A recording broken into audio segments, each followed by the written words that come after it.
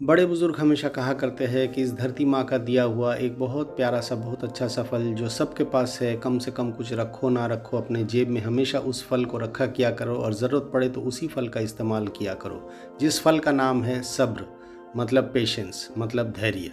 और आइए आज इस कहानी के माध्यम से सुनते और समझते हैं कि ये पेशेंस या सब्र क्यों ज़रूरी होता है और क्यों ये फ़र्क लाता है हर किसी इंसान के ज़िंदगी में।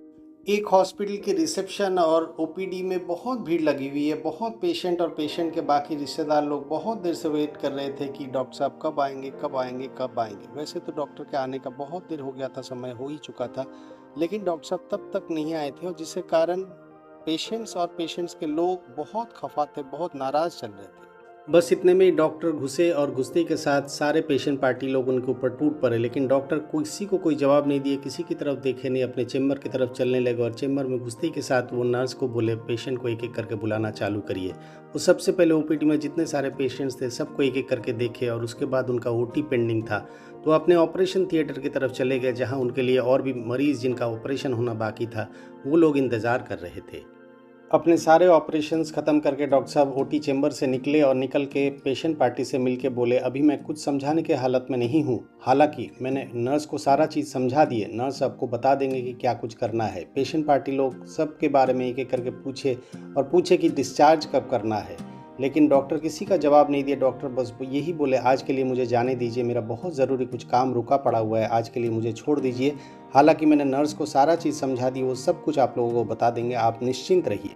इतना कह के डॉक्टर साहब निकल गए और नर्स आए। सब पेशेंट पार्टी के लोग नर्स से पूछने लगे और उनके ऊपर भी चिल्लाना चालू कर दिए कि ये डॉक्टर अपने आप को क्या समझते हैं, बहुत ज़्यादा घमंडी डॉक्टर है, पता नहीं ये पढ़ाई लिखाई तो की है लेकिन इसके अंदर इंसानियत नाम का कोई चीज़ नहीं है, इनका व्यवहार बहुत ख़राब है। लेकिन तब नर्स ने बोले आप लोग डॉक्टर साहब के बारे में ऐसा मत बोलिए, आप लोग डॉक्टर साहब को जानते नहीं हो, बहुत अच्छे एक इंसान है और बहुत अच्छे डॉक्टर भी है, लेकिन उनके साथ ऐसा कुछ आज घटना घटे है जिसके कारण वो आज हालात से मजबूर है। आप लोग उनका भी जो है थोड़ा-सा समझने का कोशिश करिए।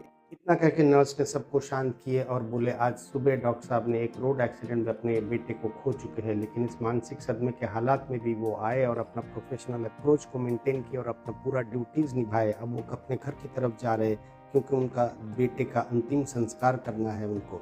इसलिए डॉक्टर साहब के बारे में आप लोग ऐसा मत सोचिए और ऐसा मत बोलिए। वो एक बहुत अच्छे डॉक्टर भी है और बहुत अच्छे एक इंसान भी है। ये सुनने के बाद वहाँ पे पूरा सन्नाटा छा गया और जितने सारे पेशेंट के लोग, रिश्तेदार, दोस्त जो कोई भी थे सब चुप रह गए, किसी के मुंह से एक शब्द भी ना निकले। इसीलिए हमेशा कहा जाता है बिना कुछ जाने, बिना कुछ सोचे, बिना कुछ समझे कोई भी टीका टिप्पणी ना करे, किसी के बारे में कोई भी कमेंट ना करे, किसी के बारे में कुछ भी ख्यालात को पनाह ना दे, क्योंकि हमेशा जल्दबाजी में हम लोग खुद को ही गलत साबित कर देते हैं। थोड़ा सा पेशेंस रखिए, सिचुएशन को समझिए, जानिए, सामने वाले क्या बोल रहे हैं उसको भी सुनिए, तब अपना कंक्लूशन ड्रॉ करिए। बहुत सारे रिश्ता बच जाएगा, बहुत सारे समय में देखिएगा और भी बेहतर रिलेशनशिप हो जाता है या बहुत कुछ झगड़े को हम लोग अवॉइड कर सकते हैं। इसीलिए हमेशा हमेशा हमेशा बड़े बुजुर्ग यही कहते हैं कि पेशेंस को अपने पास रखो, बहुत ज़रूरी होता है। अगर इस वीडियो को आप सबने लाइक किए हैं तो सब्सक्राइब करिएगा, लाइक करिएगा, शेयर करिएगा। Thank you. नमस्कार।